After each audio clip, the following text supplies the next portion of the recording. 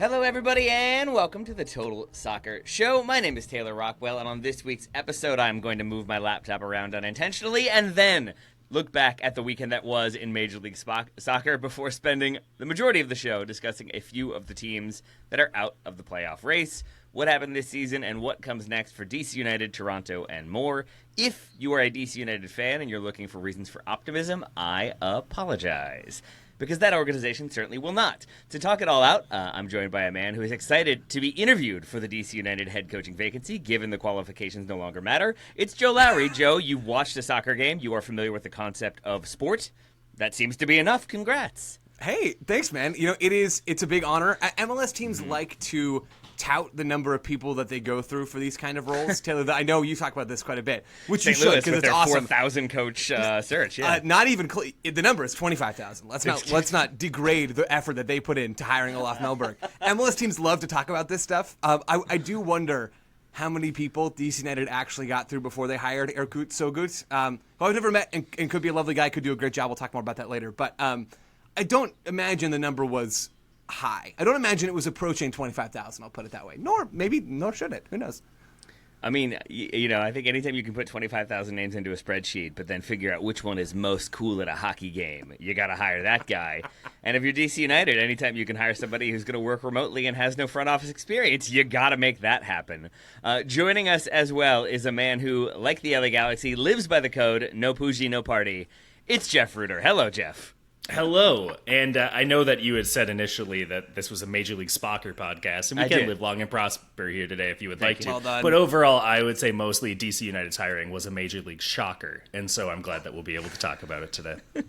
We're hot today. I boy. think this is going to be, Jeff, a Taylor special, where like every once in a while, Taylor always has interesting things to contribute to shows. Every once in a while, it's like, this is purpose-built. This is purpose-built for Taylor Rockwell. And there's been a lot of that these days. On the other side of the pond, for the club that shall not be named, that's what I'm starting to do. That's right. And Taylor, I am sorry that has followed you around and now becomes so important to talk about that we just can't escape it. I'm sorry. I'm sorry for you. I'm looking forward to just not saying a lot today, and you saying much. Oh, you mean because I have so many thoughts on Montreal specifically? Yeah, Montreal is the team I was talking about. They're the one that hurt you. They are. Yeah, we're going to talk DC. We're going to talk Toronto. Probably Atlanta in there. Maybe a few other teams. We'll see how much time we have. I'm going to be forlorn and angry and confused all at once. It should be a good time. But first, let's look at some actual soccer that was played this weekend by some teams that are more than likely going to be in those playoffs. Jeff, how were you enjoying your weekend of soccer action? What was the game that you most enjoyed? I think Nashville-Orlando was just, like, there's always going to be a handful of these games, and I guess I would pick two here that feel like they're playoff previews, basically, and you get a sense that these teams are already working towards that. And Nashville-Orlando, I always like these, like, strong color clashes. I like a, like, light blue versus green. I like a purple versus yellow, whatever these things. Like, it's just nice that Adidas has leaned into some of these, like, strong identities and to not just see, like, it's white with trim of the team's color or whatever, so I'm appreciating them while we have them again. But I would say also New York City and Charlotte was another game that I looked at and thought was really instructive of how the Eastern Conference is shaping up. There was also some clever stuff with when they had positioned it in the day. I like that they had a kickoff at noon Eastern, which is traditionally in the U.S. kind of a dead 45 minutes in like most Premier League or Bundesliga or Serie A fan schedule, because like the first games will kick off at 10 Eastern, 9 Central, and then they'll wrap up at quarter to 11 Central, and you just pretty much have until 11:30 Central, 45 minutes where there's nothing on. Well, if Major League Soccer is on, if you know how to get there, if you know what Apple TV is, if you know what MLS Season Pass is, well, you at least have the way then to go and watch it with nothing else, and then you can pretty much decide, okay, my team kicks off at 11:30, or hey, this game's actually really good, which was the case for New York City and Charlotte. Maybe I should stick around. It's something that I wish that they would do more of, and hopefully that they will. Because college football season started, Premier League season started, they need to just kind of find their pockets, and that seems to be one which has presented itself.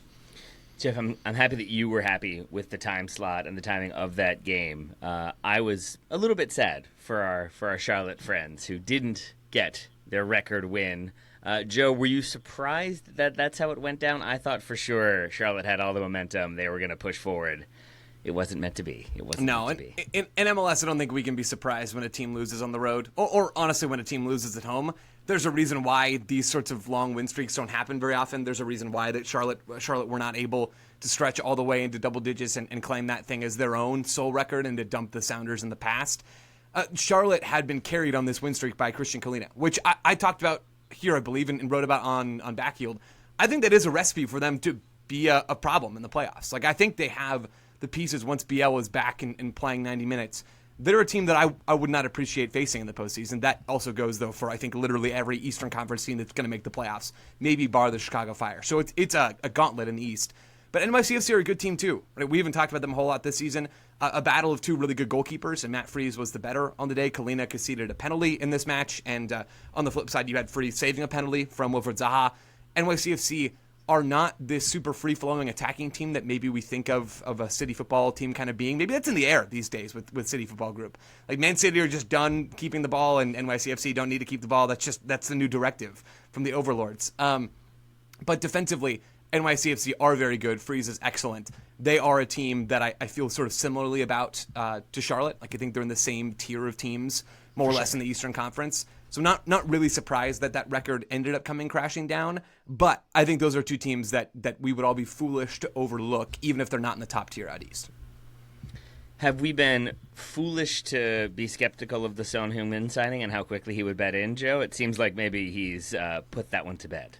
Yeah, we did. I think, Jeff, in hindsight, we spent a little too much time talking about how that would all go down. Maybe not, right? Because I think it's interesting stuff, and I think how Steve Cherundolo chooses to utilize Son still is honestly somewhat of an open question in the biggest of games. We've seen Son in a few different roles, in a few different shapes since he's arrived. So I think Cherundolo is still trying to figure it out too, just like we all were. At the same time, I don't know that anybody doubted Son's talent nor his ability to produce. I did not think that he and Bouanga would be this prolific together, where over the last 5 games LAFC have played, they've scored 14 goals.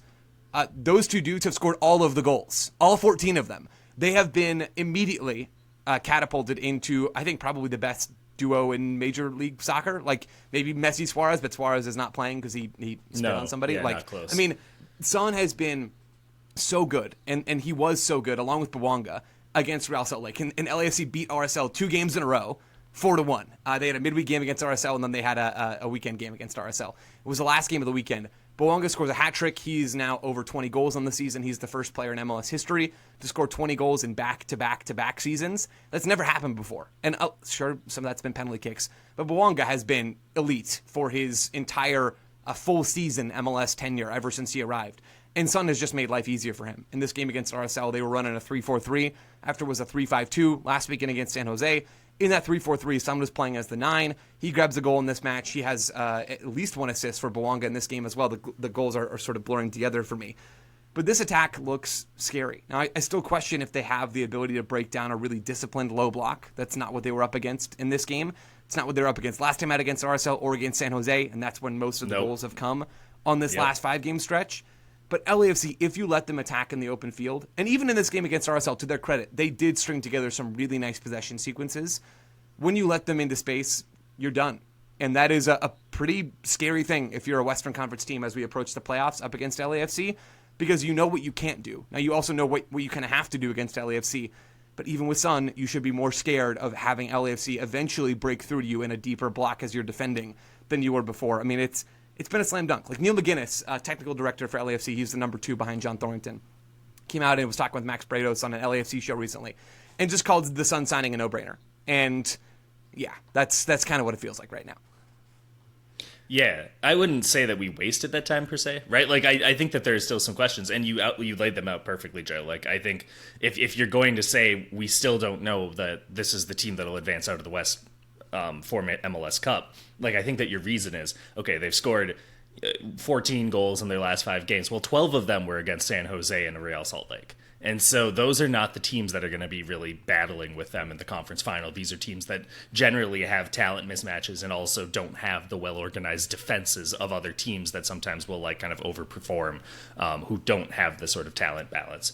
But I think what's working really well is what the only way that this was going to work is if Bouanga bought in to Son's role in the partnership, because I think that what we saw too often with Carlos Vela was this sort of like, no, I came in and it's my team now after MLS Cup 22. Bouanga came in pretty much the same window, or in the same window as Gareth Bale. Everyone remembers that one because he scored the goal. But that was like Bouanga's like half-season acclimation period, and then he's really taken off strength to strength. He also kind of wrestled the baton away from Vela. There was that really infamous moment against Inter Miami where they're running pretty much a two-man counterattack against one poor Miami defender. Every team in MLS tries to set up these chances, and Bouanga overlooks a wide-open Carlos Vela, rockets it over to like shoots it all the way to Compton, and Vela is just like indignant, and like for a player like him to be throwing his arms in the air and so frustrated and so like demonstrative about it, like it really sent a message kind of about how that partnership was working. It was pretty much you feed me, not it goes both ways. It doesn't look like that's happening right now with Son Heung-min,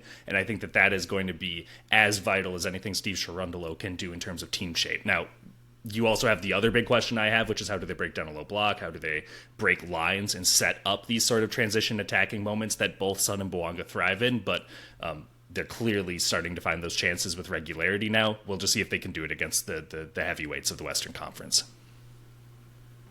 I know you all have individual love for both Columbus and Minnesota. Which one of you would like to go first in pouring one out for the injuries suffered by your sort of respective club this weekend? Take it away, Jeff. Why not? Yeah, this was the worst possible way this week could have gone from a Minnesota United perspective, I would say.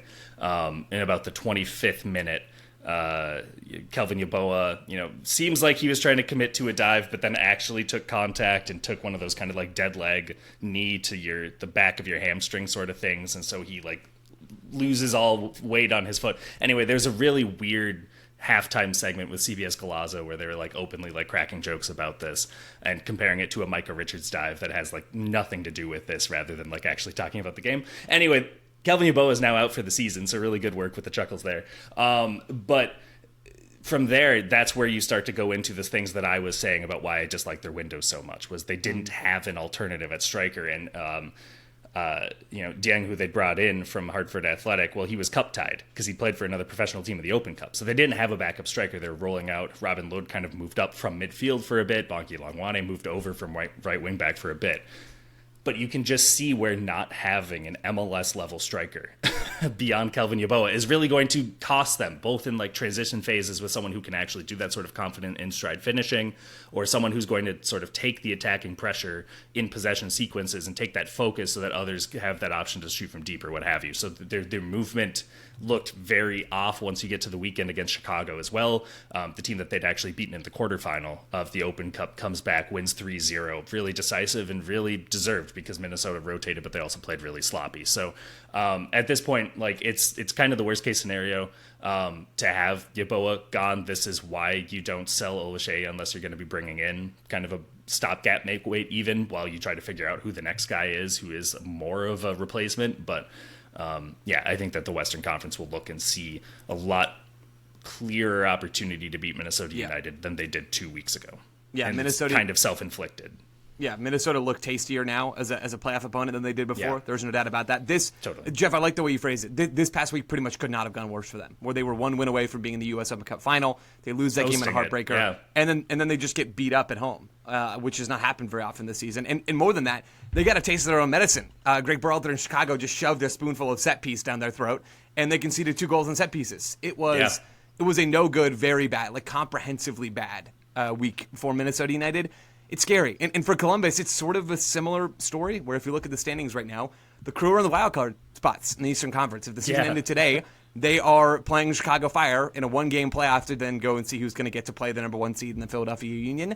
Columbus or Nashville or Orlando, it's going to be one of those 3 teams, it looks like, will end up as a wild card. And all of those teams are vastly overqualified to be that. But Columbus are the one that seem like favorites for that spot right now because they're just getting absolutely battered by injuries, a lot like Minnesota United. But honestly, even worse than Minnesota United, where last week they lost Diego Rossi against Atlanta United. Sort of the rumblings are that he'll be out until the end of the regular season, so maybe he's back just in time. Really, maybe not, though. Wissam Abu Ali, though, goes down after scoring a lovely goal, a lovely piece of movement against Toronto. They take the lead 1-0 in that first half, Columbus, of the weekend. And then he goes down with an ankle injury, and we don't know exactly what his status is going to be. but he is now presumably out for at least the rest of the season. Maybe not. Maybe I'm speaking out of turn there. It would seem unlikely if he was back before then. Toss in Sean Zawaski, who had an MCL problem during USMNT camp, and Mo Farsi, who's been out with a toe injury for months now. Rudy Camacho hasn't played a single game this season. It starts to get clearer why Columbus are having their worst defensive season under Nance so far, and why they're in their toughest spot under Nance so far. Like, they've never been in this sort of pinch, Columbus, where they are playing with such fine margins. A lot of that's been outside of their control, and I have some sympathy for that. But that's the reality right now, is that Columbus are up against it a bit in the East. I have no real solace or help for Columbus. Apologies, Crew supporters. Jeff, from Minnesota for a moment. Yeboah, is he out for the rest of the season and the playoffs, or is that just regular season? I'm a little confused about the severity of the injury. Yeah, they'd announced until the end of the regular season, but I think at that point, like we're saying with Rossi, and like we said with Ryan Gold for that matter, it's one of those things where it's like, if you can't come back for the last 5-8 games of the regular season, your playoff contribution is likely to be pretty lessened, because the rotation will have had to work itself out in your absence to such a degree where there's momentum going into these knockout games. So he should, and Carlos Harvey, who's been really informed for them, Panamanian center back, also is out for the regular season for Minnesota. So I think for them, they're hoping that they can get them back for the postseason and weather a best of 3 and then go from there.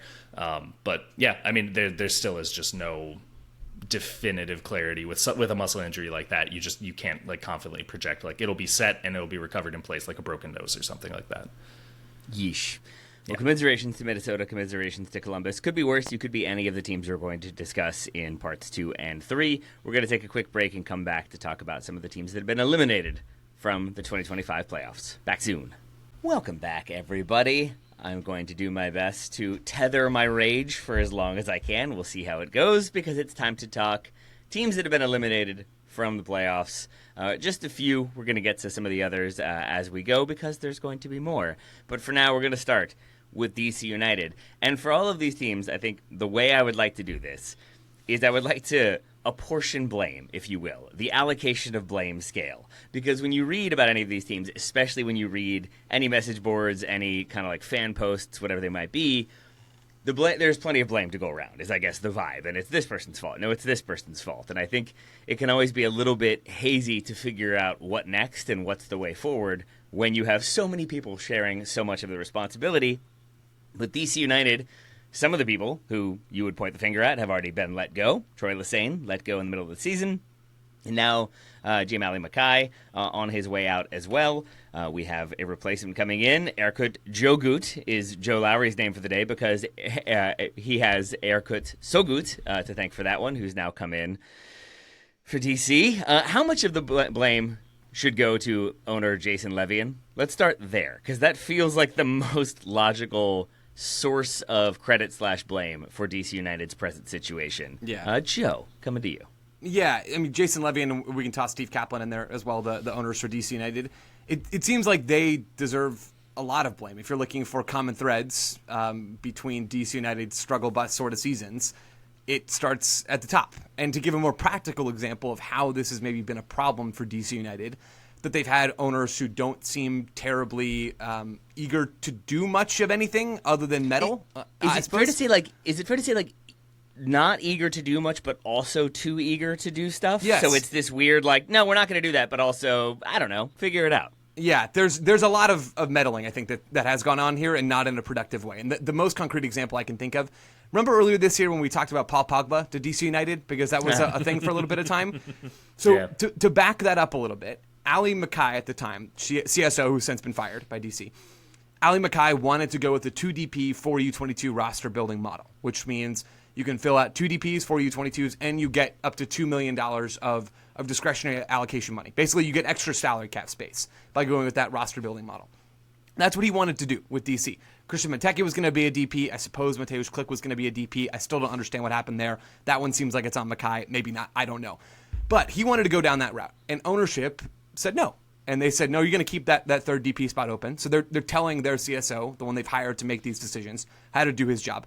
And the reason why they wanted to leave that third DP spot open was that they could have Benteke, they could have the husk of Mateusz Klich, and they could have Paul Pogba as their 3 DPs, which is a wild build in the first place.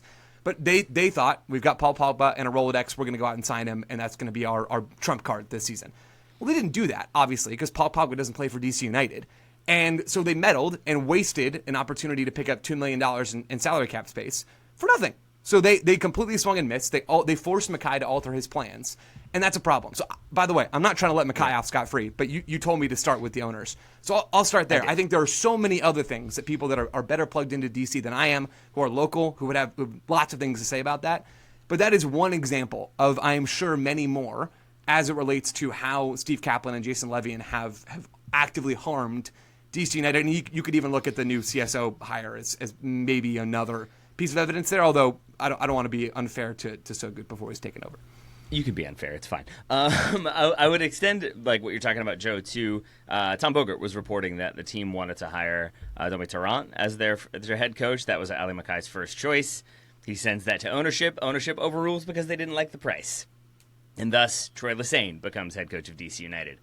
And so that's kind of why I wanted to go the apportioning blame route, is because on the one hand, I don't think Mackay has done a great job in his 2 years in charge. Not at all. But those are two pretty prime examples of where like his attempt to build a roster that is functional and logical and have a coach who can coach it are sort of undercut immediately by ownership meddling, but then also not really offering solutions. And so it feels like a situation in which maybe nothing is good and so everyone is bad? Maybe. But like, keep in mind, most GMs, most CSOs will actually get some of those big decisions to make, right? And so then we'll determine their success in the roll-off, the head coaches they hire, the designated players they sign, and the outbound transfers they broker, right? That's generally kind of your three headline items.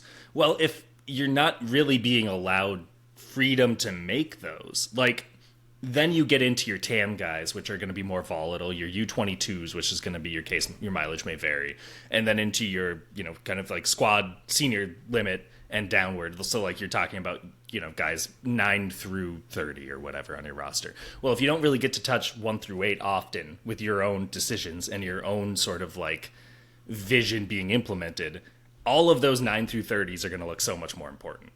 And, I do have some sympathy in that sense. Now, I think that you still can get those right. A lot of teams will get those decisions right. And so there isn't really an excuse for not trying to, bring in players from within Major League Soccer or bring in players out of contract if you know the transfer fees are going to be a sticking point so that you can offer greater salaries and therefore get a higher level of player or whatever the case may be, or be more clever with your recruitment and go to areas of the map that aren't being overdone or that haven't been proven to be, difficult transitions from that league to Major League Soccer. All of these sorts of things, it didn't seem like were being done. So it's a little bit of blame for everyone. It really is. And, you could even throw in the construction of Audi Field and the seemingly somewhat slapdash nature of the design of it and the implementation of it, literally falling apart within its first season.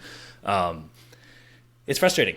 Ultimately, I do agree. Like, the majority of the blame has to go to ownership simply because it can't happen to be that these, 3 or 4 CSOs and 4 head coaches have all been the issues and the owners have happened to be innocent. Like, no, there's just a certain point where you can't logically say otherwise. Yeah, I think that's been a source of frustration for me in reading about ownership and reading about kind of the reviews of this season. Is like, well, you have to give them credit for finally finding DC a new permanent home with Audi Field. But then you go to Audi Field and it's fine. But I think like for all of the work that was put into making it happen, it does feel like in the end they save some costs along the way. And so it's not as resplendent and glorious as perhaps the new stadium could have been. And this is for a team that are still fairly high in terms of their value. I think they're certainly top 10 in the league. I think even higher than that. I think they're 6th in revenue, and yet their roster spend is almost always near the bottom of the league and has been for the majority of this playoffless streak. So it feels like ownership isn't helping. The CSO wasn't helping. Joe, is the new CSO going to help? Let's talk about his resume, shall we? Yeah, that's the big question. So Erkut Sogut is best known in the soccer world for at one time being Mesut Ozil's agent. He was best known. Woo. He was familiar to DC United's ownership for perhaps many reasons, but they've known him for at least half a decade because Mesut Ozil wanted to open a coffee shop at Audi Field. If we all remember Pablo Maurer reporting that story. That it seems to me was one of the moments where these parties are introduced to each other. They'd stayed friendly over time, and when it came time for DC United to hire a new coach after they'd fired Troy Lesesne, ownership didn't turn to their CSO to do that, Ali Mackay, presumably because they were about ready to dump him. And instead they turned to Erkut Sogut as a consultant to go out there and hire Rene Weiler. Then they fired Mackay after they'd already hired Weiler, and it turns out that Weiler wants Sogut to be the CSO, and also DC's owners really like him, and they're content to have that sort of be the relationship. It is not a background, when I run through just how personal this all seems, it is not a background that seems terribly promising. Sogut has never worked in a club before. He has only really been an agent inside of the soccer world. That is not a path that is unfamiliar to MLS CSOs. Zoran Cornetta down in Charlotte went from being an agent to being a CSO. There are many others inside of MLS that have taken a similar path. That does not disqualify someone from being a successful CSO. At the same time, is this a confidence-inspiring hire? Absolutely not. Is the way that it came about confidence building? Absolutely not. Is any of the quotes that have come out of DC United's ownership about this inspiring? No, not in the slightest. I would be concerned. I would be very concerned about this if I was a DC United fan, because it seems like, yet again, DC United's ownership have a fundamental misunderstanding of what their person is going to be able to do here. When they talk about Sogut, they talk about Levy had this quote. There it is. We're adding a globally connected deal maker who has a proven track record in player identification and recruitment. He does not. That's just not true, right? I mean, I understand you have to recruit to get clients as an agent, whatever. That's not the same thing. Like, this is a very, very different kettle of fish. And DC United did not sign that person. They did not hire that person to be their CSO. It just doesn't make sense. Like this just doesn't seem like it is logical in any way. And again, Sogut could turn out to be a good hire. Like, that is possible. That is a possible outcome here. Does it seem to be a likely outcome? No, not at all. It does not seem like DC United are in any way building towards something that makes sense in the long term. In the short term, there is no more hopeless team in MLS than DC United, and we live in a world where CF Montreal exists. Yeah, that was going to be the final question. Is there hope? And my answer is yes, because the Washington Spirit exists. Go watch them instead of DC United. They're at least fun and going to be in the playoffs. There's that. It's crazy, man. Like, it is crazy how tone deaf of a hiring this is. This is a trust me bro hiring from DC United's ownership. And they haven't earned that. They haven't earned that at all. And we could all look like fools, right? This could get clipped into a comp in 3 years when DC United have one MLS Cup in 2028 and I look like an absolute buffoon. I'm willing to accept that as a possibility. But man, there's just no way that this makes sense. When there's a reporting yesterday, and I've heard some of these same things as well, there's reporting that Brentford's, like, their number 2 in their front office, or someone high up in their front office, is being heavily considered by at least one MLS club for a CSO job. And there's that. While that's all happening in some MLS discussions, you have DC United, like, playing in their own little sandbox with their own little toys, like, thinking they're building some cool castle that everybody's going to be impressed with. And it just looks ridiculous. Like, they just look silly in all this. That's the moral of the story, is DC United continue to trip over themselves and look like fools doing it. It's wild. Yep, I think that's where, like, if we are pointing towards who should get the majority of the blame, it is the ownership for me, because of the decisions they have made past and present, and it feels like the decisions they will continue to make going forward. It feels very much trust me, bro, as Joe said. It feels very much this is our plaything to do with as we please, and this guy helped us find a coach who himself seems pretty geared towards rebuilds and kind of getting teams functioning and then heading out. That can include winning the league. He did that with, I believe, Al Ahly in Egypt. That Al Ahly. Whoop-de-doo. That's hard. Exactly.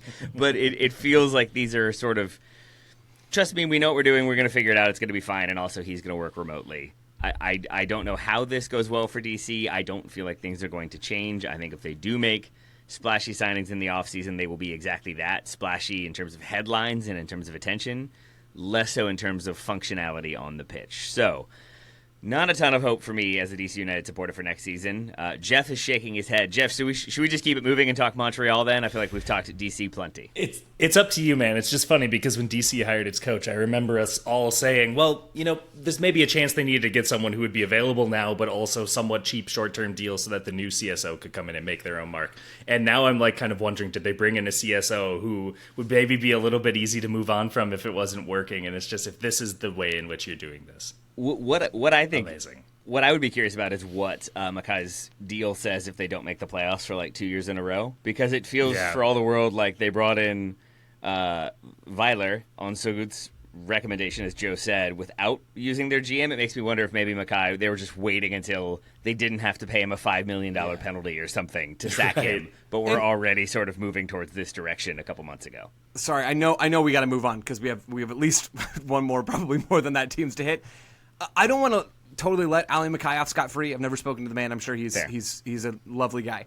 His roster build was real bad. Like all-time kind of MLS bad. If you scroll through the list of players that they have, or if you've watched DC at all this season, and we all have, there are so few redeeming parts of this team. Christian Benteke is the team. He was injured, and DC United were terrible. Like that is the summary sort of this year. The amount of whiffs they had in the transfer market is almost astonishing. I don't know that there are, in recent MLS history, I don't know that there has been a roster that is clearly worse than this one. So we can heap blame on ownership, and we should. There are many people who could have done better with this roster build than Mackay did. There are many people that could have inched DC United from the bottom of the East to like just still under the playoff line. I'm not talking about like huge progress here, but I do just want to point that out. We heap blame on ownership, and we talked about how it goes everywhere. That's why a lot of it falls on Mackay as well, is because the players he picked just weren't good players. So there is blame, and I think it was justified for DC to move on. How they've done all that, we've talked about it already. That squad in its current construction looks like what we used to expect from an expansion team, where there'd be like 2 or 3 pieces that you're like, yeah, a lot of teams would want that. Maybe you could get that marquee designated player, that Benteke figure, because you can afford to just have that splash signing. But beyond that, depth that you're just questioning whether or not they're of the caliber, like that's DC's roster. Now when we talk about Montreal, this is my question. Go ahead. Yeah. Well, I was going to ask, basically, I assume if you remove Benteke, you obviously take Montreal's. But with Benteke involved, which squad would you rather have to figure out this offseason, DC or Montreal, Jeff? Yeah, I mean, I think I have to try to be a purist to my bit last week about, you don't need to spend big on a striker to succeed in MLS. So I guess I'd almost rather choose the latter, because Prince Owusu has 12 goals with the worst service in Major League Soccer, which is just like phenomenal stuff. So I think I would take Montreal's. The big issue right now is like 2 questions. Who's in charge? And 2, do they care? And like they're the only team in Major League Soccer, I think, that we have these open questions about. They're the only team in MLS history to announce that they were undergoing a rebuild, seemingly 2.5 years into a rebuild. So they just kind of continue to try to like find the clever ways. They've had some moments of like, kind of like sparse success. They brought in Didier Drogba a decade ago. That went really well. They brought in Wilfried Nancy for a couple of years, and that built into something really productive. And I think that they're just trying to find what that next thing is. So they're kind of like poking the smolders to see where there's still fire. And I don't really know what that looks like in this current thing. Now, again, I like Prince Owusu. I like Dante Sealy. I think, Matty Longstaff, I have no idea if he's going to be able to stick around as an MLS midfielder. I don't know if he's like a Matt Crooks type where it's like he'll have 5 games a year where he looks phenomenal, and then most of the time he looks like he just doesn't want to be there. That's possible too. But I think that the big thing right now is just that it's such a vacuum of not just accountability and who's doing what, but also of ambition stated as well. And so, I think it still is like a DC or Montreal is going to be shorthand for unambitiousness in Major League Soccer. But, I don't really know how you would say which one you pick, even if it's a red and blue question. Yeah, the way I would frame it, nice color reference there, Jeff. The way I would frame it is DC United are the most hopeless team in MLS because their fans can kind of sort of have hope. Montreal fans don't get to have hope because I think I said this before the season started. I wrote about this. This is how I think about Montreal. They're just in their own category. Like they are doing a completely different thing than every other team in MLS, and that includes DC, who are like sort of kind of at least trying to put together rosters. Like they're not morally opposed to signing designated players. They're morally opposed to doing it in a way that makes sense to anybody else but them. But Montreal aren't even trying. I know they got and signed Ivan Jaime as a DP in the summer window. He actually looks maybe kind of half decent. I don't know. But really, when I look at their roster, there's nothing here, effectively. There are young players here, and that's all they're trying to do is they're trying to turn a profit on the next Ismail Kone or Johnston or whoever it is, right? That is their whole thing. It's a joke what they're doing. Like they are just completely isolating themselves from the rest of the league. They have no reasonable hope to win anything. And until that changes, until ownership changes, that is not going to change. So midseason, Jeff, you kind of alluded to this. they not only did they announce the rebuild in the midst of the rebuild, they also came out and said, hey, Corey Ray's gone. We still don't really have a lot of clarity into why they let their CSO go in the midseason. They replaced him with Saputo's sons. So it's like a toy. CF Montreal is a toy to their owners, and that's their right, I suppose. But that's how it is, and that's why DC are more hopeless than them, is because when you look at the situation around Montreal, there's no hope. The Eastern Conference is awesome. Are they going to make the playoffs next year in a league where 60% of the league makes the postseason? No, of course not. So it's more. This year was more of the same for CF Montreal, but somehow actually even more chaotic than we all expected because of those FO changes. If we're apportioning blame, then are we pointing it to an upside down question mark? Like, what would you send the most blame towards? No, it's just signed Saputo. Yeah, 100%.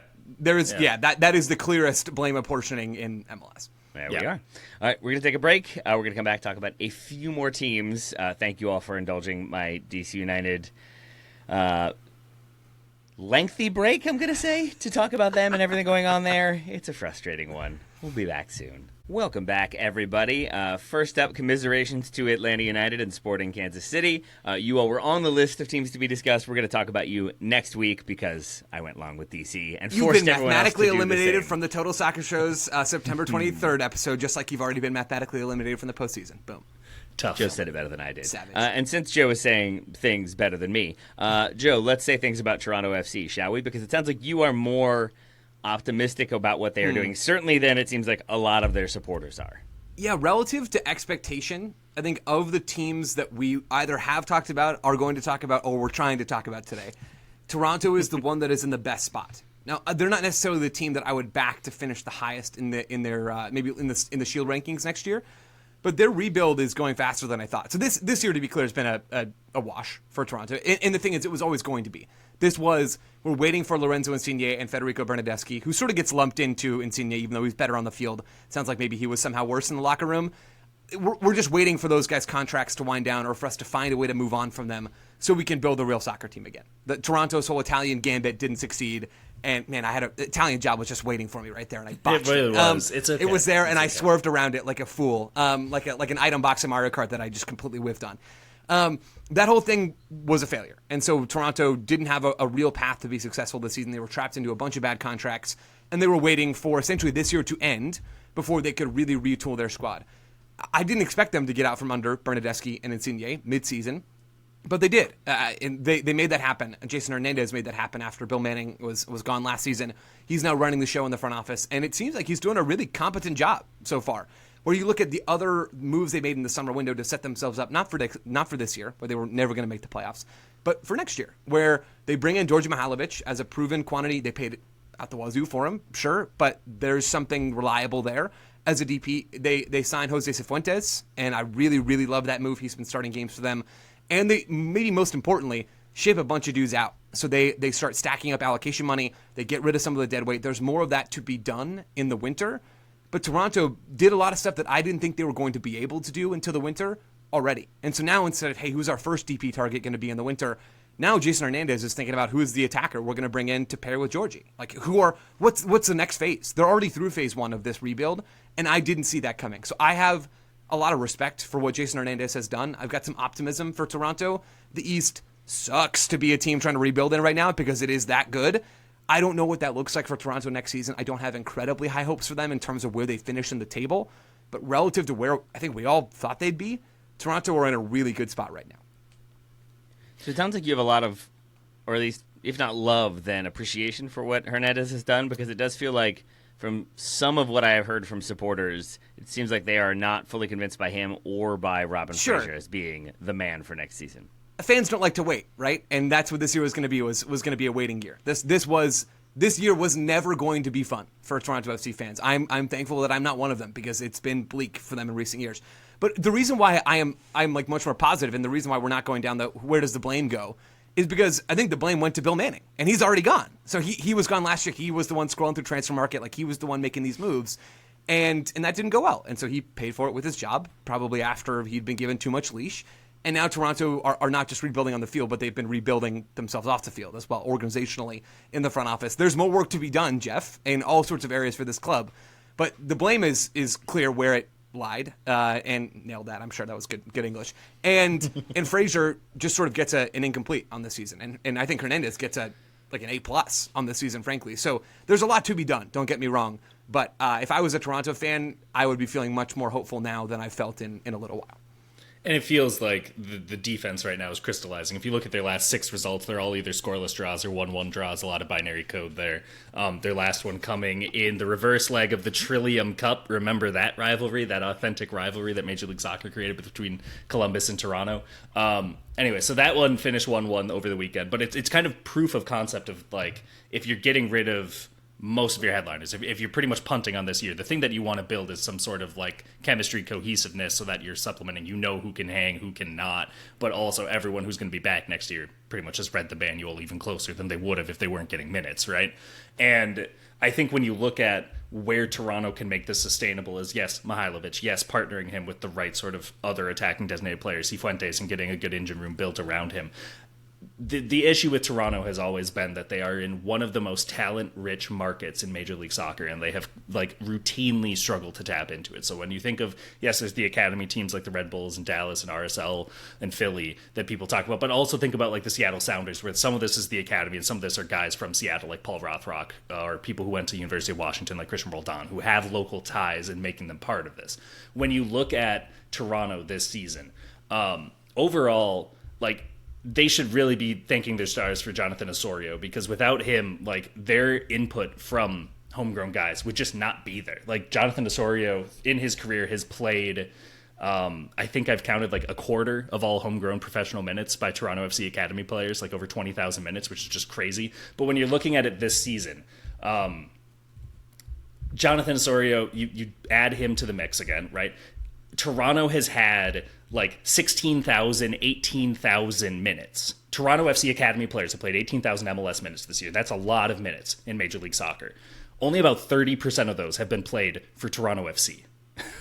Like 70% of these minutes are coming with some from Vancouver, some from Montreal. Nashville has Schaffelberg. Seattle has Osaze de Rosario, which is much more of a speculative thing. Teo Cordo's in there, Jaquil Marshall-Ruddy. 70% of Toronto's academy professional production is being enjoyed by other teams in Major League Soccer. If you look at it historically and you take Osorio out of this, because again, he bloats all of this so much, of the top 15 players, so I'm adding in Liam Fraser and Ayo Akinola to the other players who are playing in MLS this year, which is 13 of them. Of those 15 players who have logged 80,000 minutes in Major League Soccer, only 20% of those have come with Toronto FC. So how do you find a way to actually do something actionable with the talent that you're developing and that you're investing in? This goes back to someone like Bill Manning, who's going to be viewing this from a top-down sort of perspective and say, like, who cares about the kids? Like, Schaffelberg, let him go. We don't need Jaden Nelson. We don't need Mark Anthony Kaye. What we need is Jermaine Defoe, right? Like, it makes sense in that way, but if you can get Hernandez to recognize the value of working up that pathway, or Fraser to play those players, which historically he's been willing to do when you look at, like, Colorado especially, I think that that's where you actually start to see Toronto make that leap and not just be this team that has a few great years in, like they did in the 2010s and the early 2020s and whatever, but a team that actually can sustain success and not have these alternating highs and lows, which they have throughout their entire almost 2 decades in Major League Soccer. Just in case the clapping's not audible, I'm clapping for Jeff, because that is exceptionally, that's an exceptional point and exceptionally well made. Totally agree. Jeff, would a good start to that be to keep Luka Gavron as your starting goalkeeper and let Sean Johnson go? That seems like a debate they're going to have and resolve this offseason. They're going to need to, and what's crazy is Sean Johnson's actually been one of the best shot stoppers in MLS this year. Like, this has been his best year since New York City won MLS Cup, I would say. So the issue is, on the one hand, a veteran is always going to help in a locker room because he'll be able to help the newcomers and the young players all acclimate quicker. The other thing is there's only one goalkeeper who plays at a time. And if Sean Johnson, when he went to Toronto, I remember speaking with him that offseason, actually, he had said that he wanted to stay winning MLS Cup, and he thought the opportunity under Bob Bradley, this is such a, like, bizarro Fantasyland MLS to what we live now, but the version with Bob Bradley, Lorenzo Insigne, and Federico Bernardeschi looked more likely to win MLS Cup in 2023 than New York City did the year after they had won it. Or was it 24? So, like, you get to that point, and if they're not likely to win it, there could be a team that does need a goalkeeper who is much closer. And so there could be a way to do this kind of seamlessly where every party is happy. But clearly something is working for him right now in Toronto. And maybe also some of this is not getting called into international camps anymore, so then he does have a little bit more of recovery time or more time with his training with his teammates and his defense rather than trying to teach Cameron Carter-Vickers how to, like, I don't know, play out of the back. So, yeah. I guess I'm not sure what you do there, but it wouldn't surprise me if Sean Johnson is picked up by a team that is in, like, immediate contention for MLS Cup. And I'm sure Toronto would be very happy to, you know, do some of this, like, let's profit off of this and put it into the next iteration a bit more clearly. All right. Thank you for that, Jeff. Joe, very briefly, we knew that the Galaxy were not going to be in contention for MLS Cup this year, which is an odd thing to say about the defending champions. But when you lose Ricky Puig, there's always some big questions that are going to be asked, and it turns out those questions were right to be asked because now we have the Galaxy out of the playoffs. We have attendance in decline this season, fan protests, a lack of big signings because they kind of leveraged everything for last season, and I think a lot of frustration that their crosstown rivals and maybe their new rivals to the south seem to be in much stronger positions, both in terms of designated player acquisitions and overall standings in the West. Were there really fan protests? I did not even know that. So I read. I don't know how, like, widespread they were, but I think there was a lot of vocal frustration and maybe venting of that frustration towards some of the decisions and the overall situation. It feels like basically everybody was kind of understanding, kind of frustrated, but it is what it is, and then Song signed and hit, and now there's a feeling of, like, we are falling behind at a time that we desperately need to not be falling behind. I don't know, man, not to tell Galaxy fans how to fan, but get a grip, y'all. I mean, that's like ridiculous. Yeah, I mean, that's not to say that the Galaxy haven't shot themselves in the foot the few times this year. They absolutely have. They did not, Will Kuntz and in the front office did not transition that roster, I think, how they would have wanted to. Last season, I haven't talked with Will Kuntz about that since the offseason, but I would imagine he would readily admit to that. It's impossible to not see that when you look at the standings and you watch the Galaxy play. They lost a lot of senior level minutes in Joveljic and in Delgado and in Brugman, and you run through the list. They lost a lot of talent this offseason. And then obviously they lost Ricky Puig, but that was something that they already knew about. The rest of these pieces, they tried to go out there and find replacements. They brought in Elijah Winder from Lou City in USL Championship. They brought in Lucas Sanabria from South America. They brought in Christian Ramirez and Brazilian striker as well, whose name I still have not learned how to pronounce, and I apologize for that. They went out there and they tried to reload and did not do so terribly successfully. Now, still, even with all of that, and even with there being some blame to go around here for the Galaxy's front office, it still is the Ricky Puig story. Like, I think one of the things I did not realize is that Ricky Puig should have won MVP last season. It's just so blindingly clear. Gabriel Peck is not the same player. Like, this version of Gabriel Peck playing without Ricky Puig is not worth $8 million, let alone $20 million. Like, that's just not a thing for him. He was made to be so much more by Ricky Puig. And the same thing applies to every single player in this Galaxy team. Defensively, they have been an absolute wreck this season, where their goalkeeping has not been as good as it was last year. That was huge for them with John McCarthy. He's now not even a Galaxy player anymore. He plays for the New York Red Bulls, where he's sitting behind Carlos Cornell. It has been a nightmare in goal for the Galaxy this year, but also defensively, where apparently Amiro Garces looked like a top 5 center back in Major League Soccer simply because Ricky Puig made his life very easy, which I know is a weird thing to say about Ricky Puig, who doesn't really defend. But by having the ball and by pushing the Galaxy so high up the field, Amiro Garces, all he had to do was be a straight line runner and go sweep up the ball. And he did that over and over and over again last season. Now, without Puig, the Galaxy can't go and push up the field. Their field tilt looks completely different this year. They have to defend in their own third. And we saw this. We see this all the time. We saw it all season long. Garces in the lineup or not, the Galaxy center backs cannot seem to hang in their own third. And Garces was the biggest casualty of that. But defensively, the Galaxy had been a wreck. And last year, they were poor for most of the year, but Puig made them look fine, or at least made them look like a contender. And then by the end of the season, they looked like a really well-oiled machine on kind of both sides of the ball. So it has been just a disaster of a year for the Galaxy. I think it was always going to be worse. There's no doubt about that, Taylor. You're spot on there. But that it was going to be this bad, I didn't expect. I was wrong about them thinking they'd be able to turn over the roster better. That has not been the case. And I was wrong in thinking that Puig was not just an important player, but actually like the most important player in Major League Soccer. The Galaxy cannot wait for it to be 2026. Well, we're already in 25. They're waiting for 26, baby. I'm a little nervous to go back and look. I think I did the Galaxy season preview. I'm trying to find my very specific prediction for them because I think I was more like, it's going to be fine. That's where I was, man. That's where I was, and I was so wrong. Everyone's being scared. Paintsel and Peck will combine to average more than 10 shot-creating actions per 90 minutes. I'm gonna guess that did not happen. Safe bet to assume that is flop. But I will say that you watch over the weekend, they had a very entertaining game against Cincinnati that ended up finishing 3-2. You could see both Paintsel and Peck were playing with this sort of intensity that they were playing with last fall. And I think that when you looked at them this spring and this summer, when like they couldn't get a point to save their lives, basically, it was really difficult to find those opportunities or those performances, but they were really locked in there. Like, completely agree with you, Joe. Like, Gabriel Peck has looked like such a shell of the guy who won Young Player of the Year last year, or Newcomer of the Year, sorry, and who looked like he was going to be this like absolute force, the next $20-something million player in MLS. But like, I would say, like, even if there are buyers, you can't sell low on him right now. You kind of need some time with Ricky Puig to remind people how to rebuild. I guess the big question is, what if the knee impacts Ricky Puig's like agility and nimbleness in possession on the ball even 5%, 10%? Like, what order of magnitude does it get to before we're really starting to worry about how sustainable the game model is with him back into it? Like, we just don't know. I'm hoping that it's a moot point, because there are very few things that are more fun to watch than Ricky Puig when he's at his best in Major League Soccer with its game state. But the big thing is going to be rebuilding the depth, because no team wins MLS Cup without like 3 or 4 unsung heroes at a bare minimum, and then probably 2 or 3 who would have been if they were given the shot, but the team was too deep to let them on the field. And right now it's just kind of hard to find who those guys would be if the Galaxy were going to make another run as constructed. Yeah. Just one more quick note on the Galaxy. They did qualify for CCC next year by making the run of the Cup. That is like a nice present to Ricky Puig. Yeah, right. Super normal stuff happening there. That's a great welcome back gift that they can give to Puig. And honestly, I believe that when he's back, maybe this is me just being an idiot again, I think that when he's back, they're going to be really good, and they're going to be a contender for basically everything that they have. They might still be a little bit worse than they were last year, because I think they have downgraded in the positions around him by and large.